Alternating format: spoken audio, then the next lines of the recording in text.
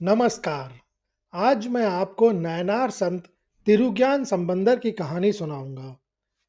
चोल साम्राज्य के हृदय में बसा सीरकाली नगर अपने भव्य मंदिरों के लिए प्रसिद्ध था।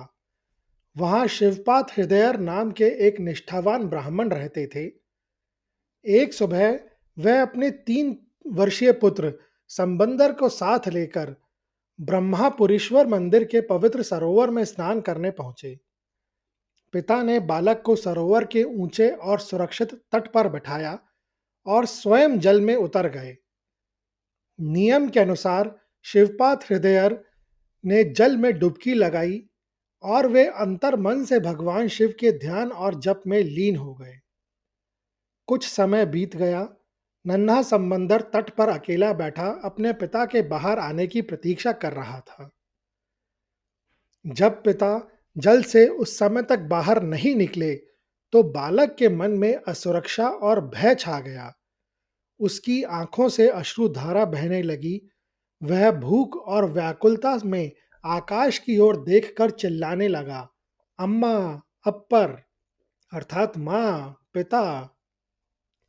उसकी करुण पुकार केवल एक पिता के लिए नहीं थी, बल्कि वह समस्त जगत के माता पिता के लिए थी। उसकी आवाज में ऐसी तड़प थी कि कैलाश पर्वत पर विराजमान भगवान शिव और माता पार्वती का आसन डोल उठा। तब एक अद्भुत घटना घटी। सरोवर के ऊपर आकाश में दिव्य प्रकाशपुंज चमका। भगवान शिव अपने नंदी पर सवार होकर माता पार्वती के साथ प्रकट हुए। प्रभु ने मुस्कुराते हुए देवी उमा की ओर देखा। मां पार्वती बालक की भूख को समझ गई। देवी ने एक स्वर्ण पात्र निकाला और उसमें अपना दिव्य दूध दुहा। यह साधारण दूध नहीं था, यह शिव ज्ञान अर्थात परम ज्ञान का अमृत था। माता ने बड़े प्रेम से बालक के पास जाकर उसे वह दूध पिलाया और उसकी आंखों के आंसू पोंछ दिए। दूध पीते ही बालक का रोना बंद हो गया और उसका चेहरा ब्रह्म तेज से दमकने लगा। कुछ क्षणों बाद जब शिवपात हृदयर जल से बाहर आए, तो उन्होंने देखा कि उनके पुत्र के मुख के कोनों पर दूध की बूंदें लगी हैं और वह अत्यंत प्रसन्न दिख रहा है। वह चकित और कुछ क्रोधित होकर बोले, रे बालक, यहाँ हमारे अलावा कोई नहीं था, फिर तुझे यह दूध किसने पिलाया? क्या तूने किसी अपरिचित का झूठा ग्रहण कर लिया? बता, कौन था वह जिसने तुझे अपवित्र किया? बालक समंदर ने अपनी नन्ही उंगली उठाकर आकाश की ओर संकेत किया। 3 वर्ष के बालक के मुख से अचानक वेदों का सार निकलने लगा। उन्होंने रागबद्ध स्वर में अपना पहला भजन गाया, जिसका अर्थ है, वे जिन्होंने कानों में सुंदर कुंडल पहने हैं, जो बैल पर सवार हैं और जिनके मस्तक पर शुद्ध चंद्रमा सुशोभित है। जैसे ही संबंदर ने यह पद पूरा किया, शिवपात हृदयर को भी दिव्य दृष्टि प्राप्त हुई। उन्होंने देखा कि उनके पुत्र के सिर के ऊपर साक्षात शिव पार्वती अंतर्ध्यान हो रहे हैं। पिता का क्रोध तुरंत अश्रुओं में बदल गया। उन्हें बोध हुआ कि उनका पुत्र अब केवल उनका बालक नहीं, बल्कि तिरुज्ञान संबंदर अर्थात पवित्र ज्ञान से युक्त बन चुका है। इस घटना के बाद से ही संबंदर को आलूड्या पिल्लयार अर्थात ईश्वर द्वारा अपनाया गया पुत्र कहा जाने लगा। जब बालक संबंदर ने सरोवर के तट पर अपना पहला पद पूर्ण किया, तो सीरकाली की हवाओं में एक दिव्य स्पंदन दौड़ गया। पिता शिवपात हृदयर, जो कुछ क्षण पहले क्रोध में थे, अब भक्ति के आनंद में सरोबार होकर अपने पुत्र के पीछे पीछे मंदिर की ओर चल पड़े। जैसे ही 3 वर्ष के सामंदर ने ब्रह्मपुरेश्वर मंदिर की देहली पर अपना नन्हा पैर रखा, वहां के पुजारियों और विद्वानों ने एक विचित्र दृश्य देखा। बालक का चेहरा सूर्य के समान दमक रहा था और उसके मुख से निकले शब्दों में वेदों की वही ऋचाएं गूंज रही थी, जिन्हें सिद्ध करने में विद्वानों को दशकों लग जाते थे। पुजारियों ने देखा कि बालक के हाथ में कोई खिलौना नहीं, बल्कि साक्षात शिव शक्ति का आशीर्वाद है। जब उन्हें पता चला कि स्वयं माता पार्वती ने उसे दिव्य दूध पिलाया है, तो मंदिर के मुख्य पुजारी ने झुककर बालक का अभिनंदन किया। वहां उपस्थित पंडितों ने महसूस किया कि इस बालक के भीतर स्वयं कार्तिकेय का अंश जागृत हो गया है। मंदिर के भीतर संबंदर प्रभु की स्तुति में भाव विभोर होकर अपनी नन्ही हथेलियों से ताली बजाकर लय देने लगे। उनके कोमल हाथों को लाल होते देख भगवान शिव का हृदय फिर पसीज गया। अचानक आकाश से संबंदर के हाथों में स्वर्ण के दो ताल आकर गिरे। इन तालों पर नमः शिवाय अंकित था। जैसे ही संबंदर ने उन्हें आपस में टकराया, उनसे निकलने वाली ध्वनि साधारण नहीं थी, वह ब्रह्मांडीय नाद ओम के समान गूंज रही थी। पुजारियों ने यह देखते ही शंखनाद किया और पूरे नगर में यह समाचार फैल गया कि ज्ञान का सूर्य उदित हो चुका है। सीरकाली के लोग उमड़ पड़े। उन्होंने देखा कि एक छोटा सा बालक स्वर्ण रथ की भांति तेजों में दिख रहा है। लोगों ने बालक के चरण चरण की धूल माथे से लगाई। संबंदर ने वहां उपस्थित जनसमूह को संबोधित करते हुए कहा कि भगवान शिव तक पहुंचने का सबसे सरल मार्ग प्रेम और संगीत है। शिवपाद हृदयर, जो संबंदर को अपना पुत्र मानते थे, अब उनके पहले शिष्य बन गए थे। उन्होंने निश्चय किया कि वे संबंदर को अपने कांधों पर बिठाकर पूरे देश की यात्रा करेंगे, ताकि संसार इस दिव्य ज्ञान का लाभ उठा सके। तिरुज्ञान संबंदर की पहली पदयात्रा किसी विजय यात्रा से कम नहीं थी। जब वे सीरकाली से विदा होकर आसपास के गांवों में शिवनाम का प्रचार करने निकले, तब उनकी आयु बहुत ही कम थी। उनके साथ उनके पिता और अब कुछ और भक्तों की एक टोली भी थी। इसी यात्रा के दौरान थिरुचेंगुंदुर नामक स्थान पर एक हृदय विदारक स्थिति उत्पन्न हुई। जब संबंदर और उनके अनुयायी इस क्षेत्र में पहुंचे, तो उन्होंने देखा कि वहां का जीवन ठहरा सा गया है। चारों ओर सन्नाटा था और लोग अपने घरों में पड़े कर्राह रहे थे। उस समय वहां एक भीषण महामारी फैली थी, जिसे शीत ज्वर कहा जाता था। संबंदर के साथ आए कई भक्त भी उस ठंडी हवा और बीमारी की चपेट में आ गए। लोगों के शरीर कांप रहे थे और औषधि भी बेअसर साबित हो रही थी। अपने अनुयायियों और निर्दोष ग्रामीणों को पीड़ा में देखकर संबंदर का कोमल हृदय भर आया। उन्होंने देखा कि मृत्यु का भय लोगों की आंखों में है। उन्होंने अपने पिता से कहा, जिस संसार के स्वामी साक्षात महादेव हैं, वहां उनके भक्त इस तरह असहाय होकर कष्ट नहीं भोग सकते। संबंदर तुरंत स्थानीय शिव मंदिर में गए और भगवान शिव के नीलकंठ स्वरूप का ध्यान किया। वह स्वरूप जिन्होंने संसार के विष को पीकर सबकी रक्षा की थी। उन्होंने अपने स्वर्ण ताल उठाए और एक विशेष पद गाया, जिसे तिरुनीलकंठ पातिगम कहा गया जाता है।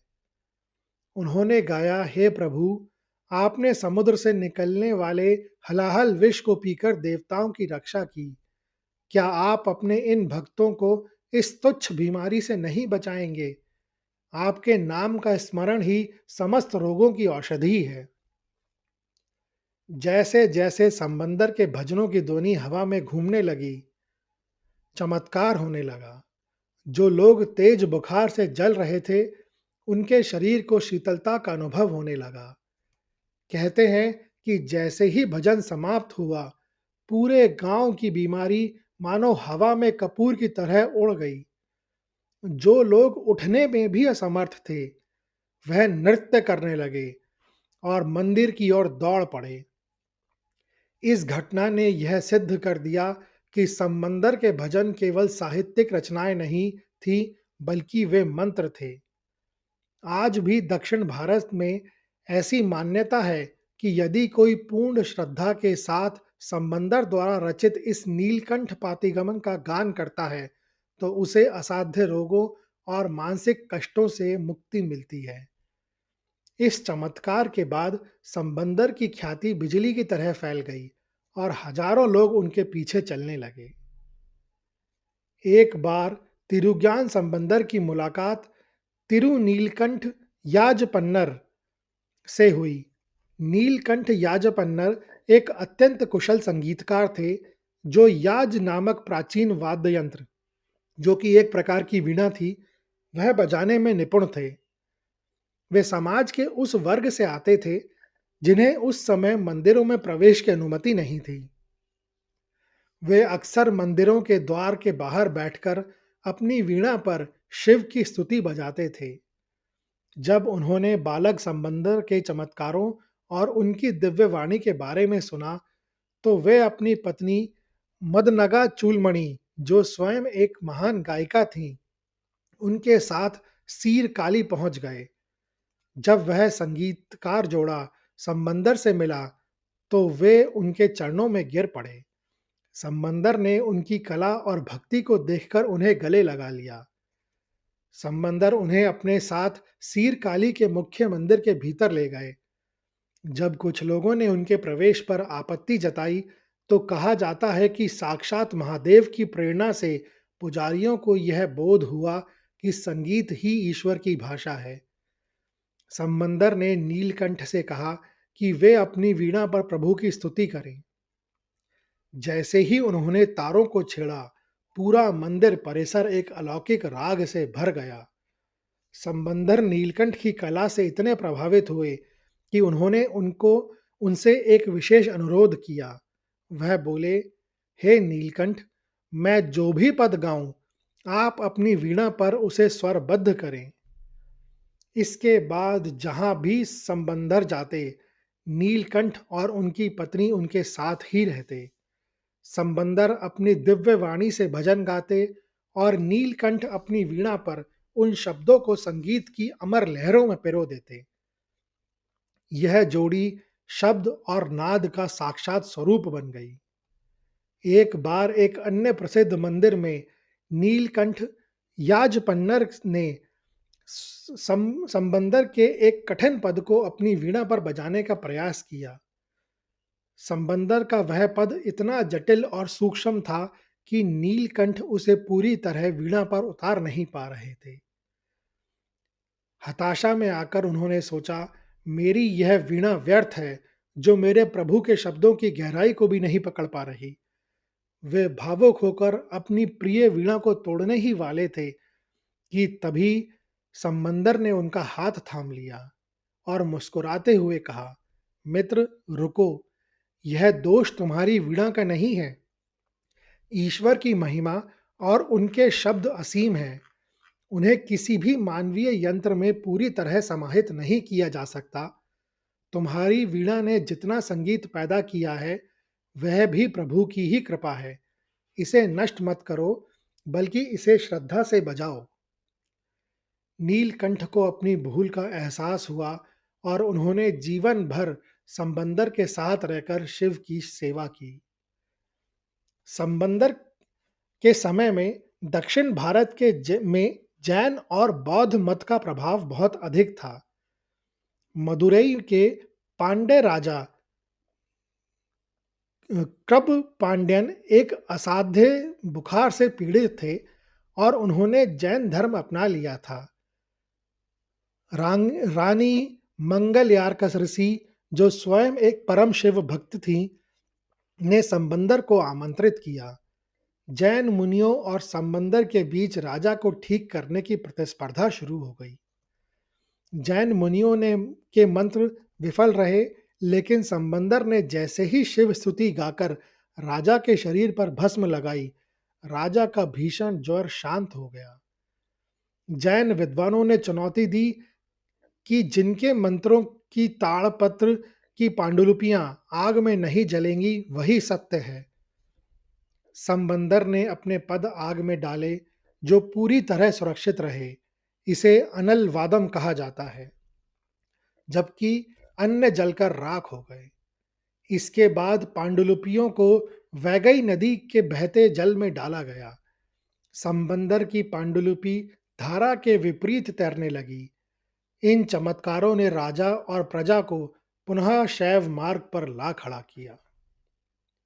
एक बार की बात है, मयलापुर अर्थात चेन्नई में शिव नेसर चेट्टियार नाम के एक भक्त थे, जिन्होंने अपनी पुत्री पुंपवई का विवाह संबंदर से करने का मन बनाया था। परंतु विवाह से पूर्व ही सर्पदंश के कारण उस कन्या की मृत्यु हो गई। पिता ने उसकी अस्थियों और राख को एक कलश में सहेज कर रखा। जब समंदर वहां पहुंचे तो उन्होंने उस कलश के सम्मुख शिव की महिमा का गान किया। मंत्रों की शक्ति और शिव की कृपा से वह अस्थियां पुनः मांस और रक्त में बदल गईं और वह कन्या जीवित होकर कलश के बाहर निकल आई। समंदर ने उसे अपनी पुत्री मानकर आशीर्वाद दिया। समंदर का जीवन काल मात्र 16 वर्ष का था। उनके पिता ने उनके विवाह का आयोजन आचलपुरम में किया। विवाह की रस्में पूरी हो रही थीं, तभी समंदर ने अनुभव किया कि उनका इस धरती पर कार्य पूर्ण हो चुका है। उन्होंने शिव से प्रार्थना की कि वे अब उन्हें अपने चरणों में स्थान दें।